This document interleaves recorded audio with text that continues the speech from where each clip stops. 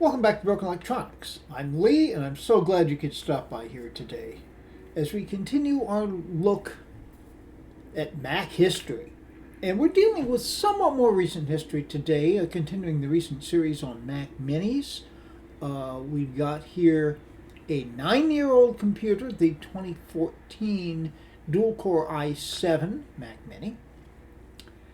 And we're going to be looking at that in comparison with the 2012 quad-core Mac Mini, 11 years old. So, that's going to be interesting. In working with these machines, I have installed Ventura on both of them.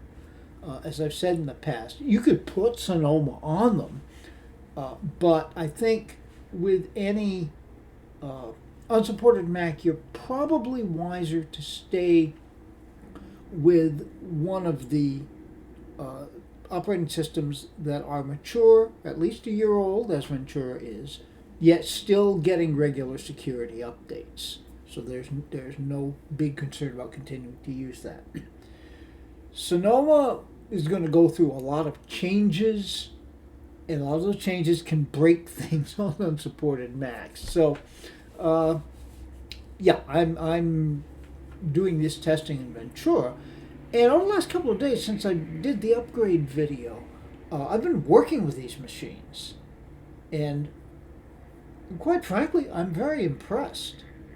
Now, they're not the powerhouse machines that the Mac Pros still to this day are.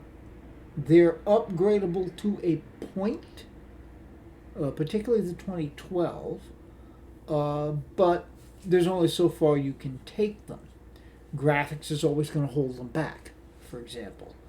However, if we're not looking at a computer for doing heavy-duty video editing, audio editing, photo editing, a lot of the things that people are doing with their computers. If you're looking at it as browsing the web, communications, email, messaging, being on the Mac ecosystem, with all of the other computers, these machines are fine. And they're very snappy. They run very, very well. You'll be seeing that in a minute. All right, so we're going to start off today with the 2014 Mac Mini. And I have a reason for that. I'm going to give away my pre-race theories of this. I think the 2012 is going to come out on top. They're both i7s. Okay, there's a couple of years difference there, but not that much. They've both got 16 gigs of RAM. Now, yes, the 2014 is running at 3 gigahertz. The 2012 is running at 2.6 gigahertz, and I'll talk about that when we get to that machine. But you've got a quad core in the 2012 compared to a dual core in the 2014. The one place where the 2014 will have a very clear advantage is that NVMe SSD. All right, so I think we should, I'm interested in getting to it and seeing how these benchmarks turn out. And if you would like to do the same, please stay tuned.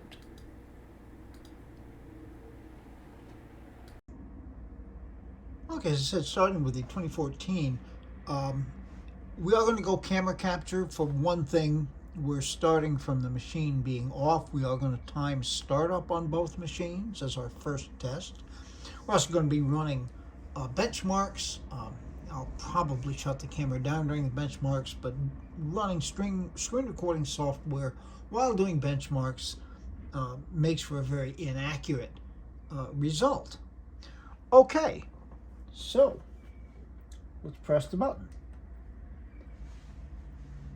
Now, I would traditionally, in timing startups, go from the chime, but this machine stopped chiming. Very quickly, we have the OpenCore bootloader.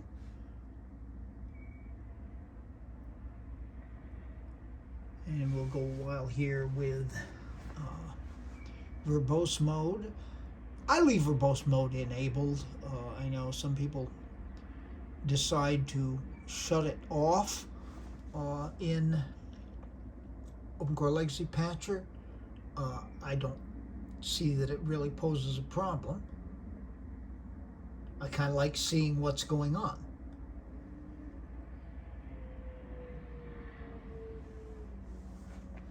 And this takes us up to, okay, 53.35. Now, honestly, in a supported OS, it would probably boot a lot faster. I certainly would suspect. This machine is supported up through Monterey, so you do have a supported OS that is currently getting updates. But I went to Ventura because I wanted to go to a level playing field for both of the machines being tested. All right. 53 seconds. Not. Oh, shoot.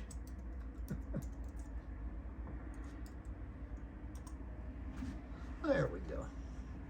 Not a real fast. Now, it does this periodically. I mean, I shut it down cleanly. I know I shut it down cleanly, but it's not a big deal. Okay.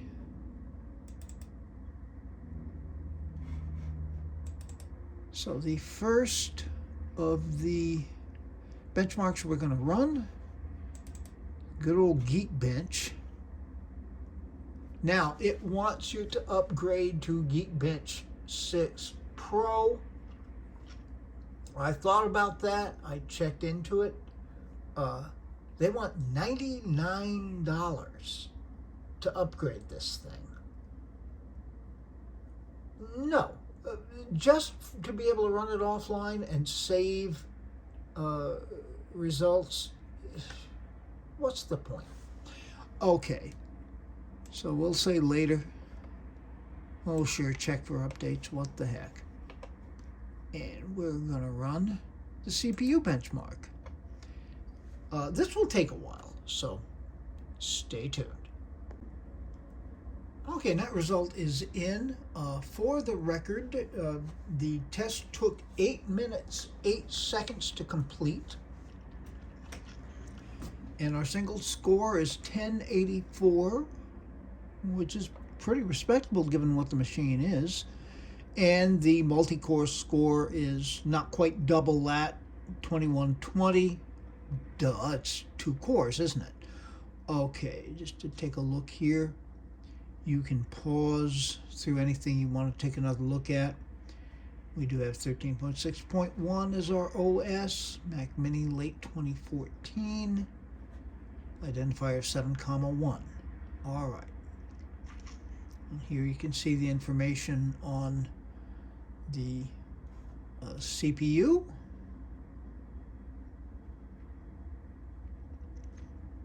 And the memory. Can we get all single core performance in there? No, I'm trying to leave this because if you want to take a closer look at anything specific, you can pause it and see.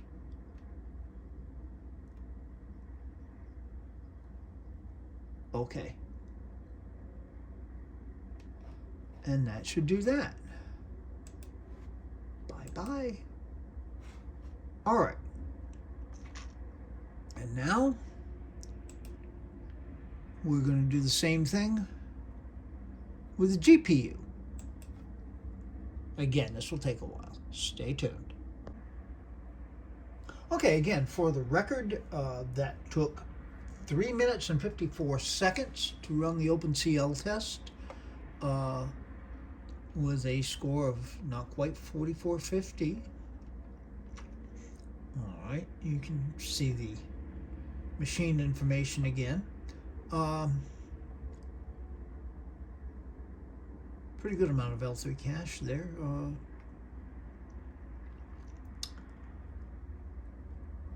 Okay, now for the total performance, you can pause the video if you want to take a very close look at all of this.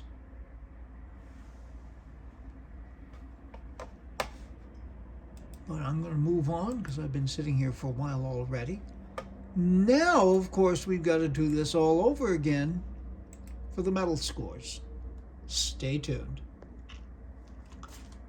Well, here is an interesting and rather unexpected development. Of course, I'd never run Geekbench on this machine. Heck, I only just upgraded it and installed the OS. The machine is frozen.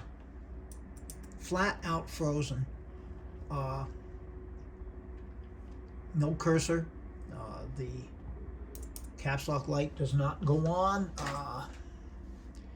It's dead in the water right now, and I don't think it's going to unfreeze itself. So, I'm going to have to force it off and try this again. Stay tuned. Okay, so we forced it down, got it up and running again. I'm going to try that one more time. We're going to see if it stalls. Stay tuned.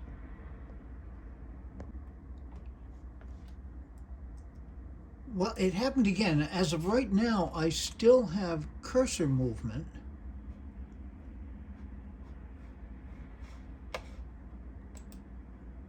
It won't do anything, but I've got cursor movement. And the caps lock key comes on. But yeah, it looked like it just won't run metal. I'm gonna, since I've still got something going on here, I'm gonna give it a chance to see if it works itself out of it. Stay tuned. Nope, it's in flat freeze now. Cursor disappeared, caps lock isn't going on, machine is dead frozen. It won't finish the metal test. Now, I don't know, is that a fault with Geekbench 6? Is it a fault with this particular machine? Is it a fault with all 2014 Mac Minis? I really don't know because I don't have anything to compare it to. Oh well, so I'm going to have to restart the machine and we will go on to another benchmark. Stay tuned. Okay, we're back. I forced it off, turned it on, gave it a clean restart, so we're starting from hopefully a good place. Let's have a look at the Blackmagic disk speed test. This is where this machine should shine.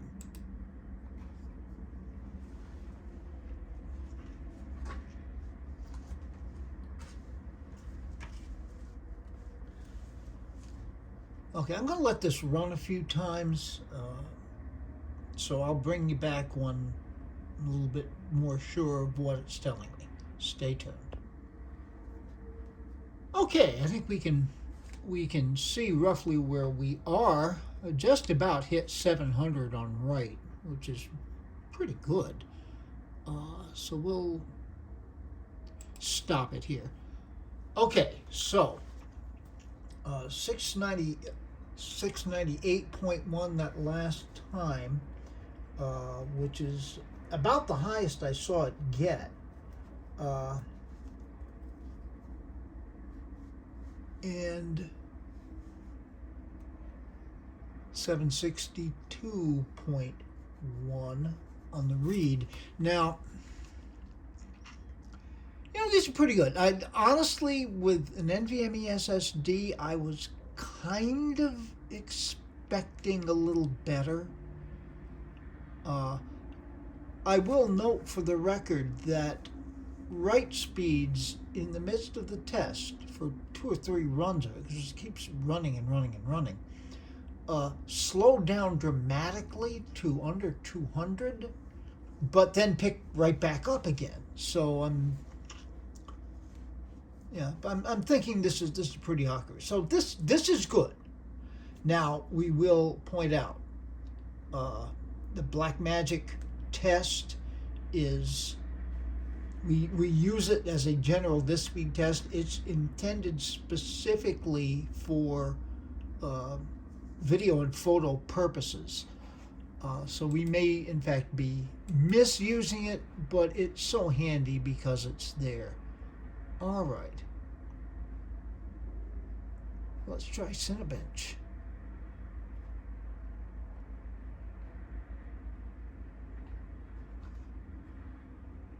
Just looking for something else. I got one other after Cinebench that I want to run. This will give us a accept the license. All right.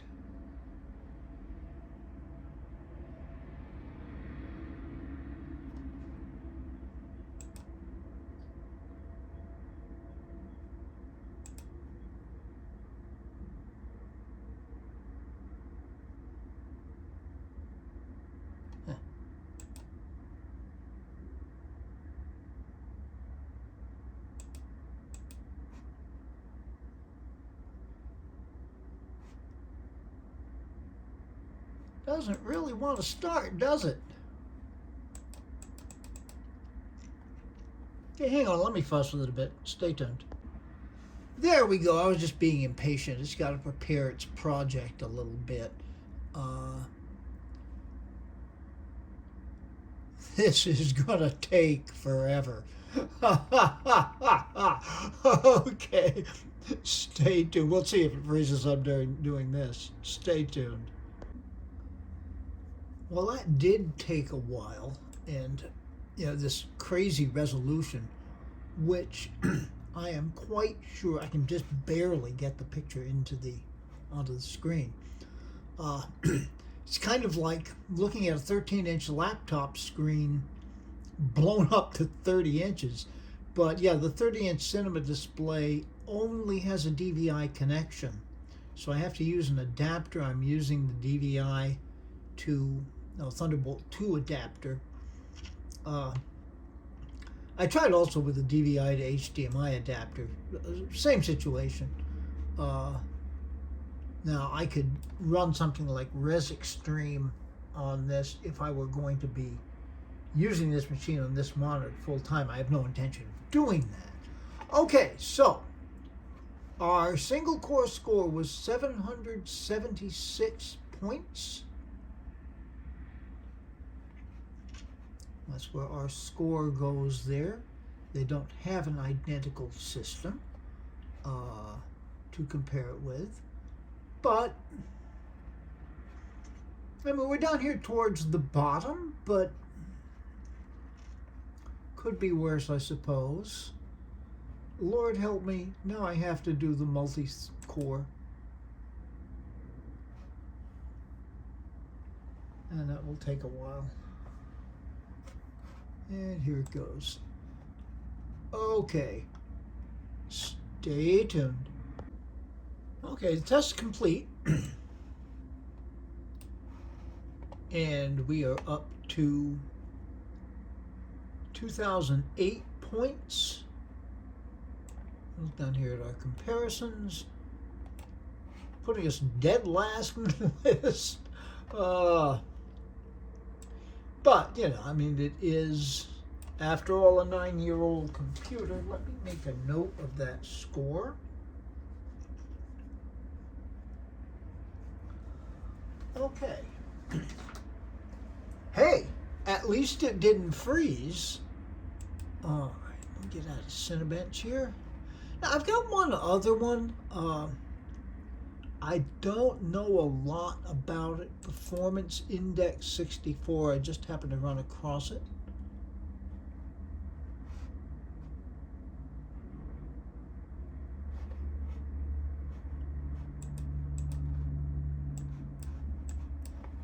Okay, how do I get off of this? Stay tuned. Okay, I just had to click on not interested. They hid it by not making it look clickable, but it was clickable. Okay, classic tests, modern tests, tests of the future, and only on Pro.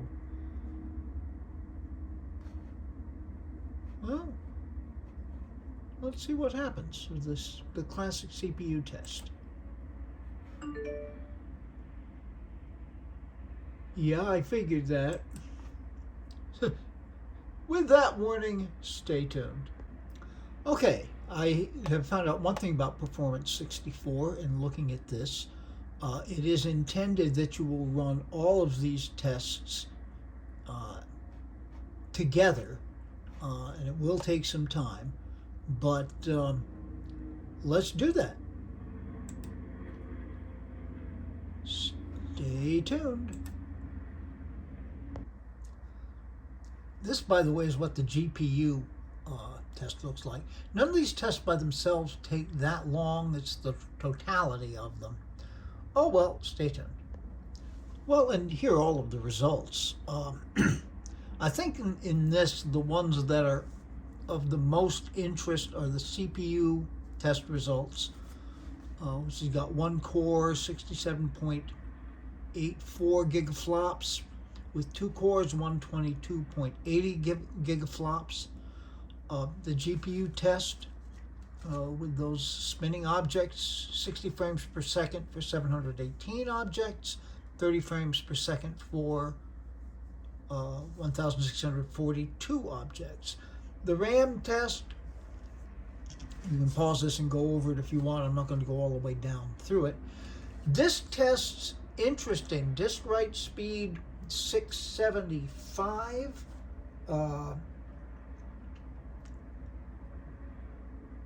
And the disk read speed 771, which is within the ballpark, certainly, of what Blackmagic was telling us, which is good to see. I'll be interested in seeing the comparisons. Okay, now, lucky me, what I get to do now is to shut this machine down, disconnect it, hook up the 2012, and do all of this again. Yay! Stay tuned. Well, when I set out to make today's video, I had fully intended to benchmark both machines, compare them, and give some thoughts about one as opposed to the other. When I finished shooting all of those clips, I realized just how long the video was going to be. So rather than make you kind viewers sit through a 45-minute video, I'm going to break it here. And we will pick up again next week, I promise you, with the 2012 and those comparisons and thoughts. Be good to other people. They need it and deserve it. Be good to yourselves. Any good we can do in this world, and it's a lot, has to start with being good to ourselves. We can make this world a better place. It isn't yet, so please take very, very good and careful care. All right, next week, the continuation of this video.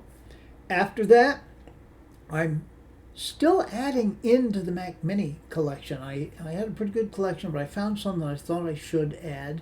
So we'll see some videos dealing with those. I've got planned a lineup and overview. I did one of those once with the Power Mac computers, starting with the G3 blue and white up to and including the MDD FireWire 800. So I'll do that with the Mac Minis too. That should, I think, be very interesting.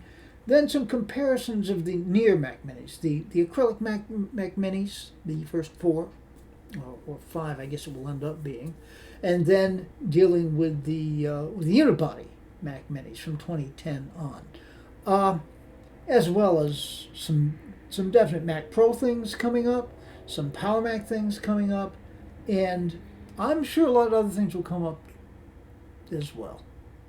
Until they do, this has been Broken Electronics.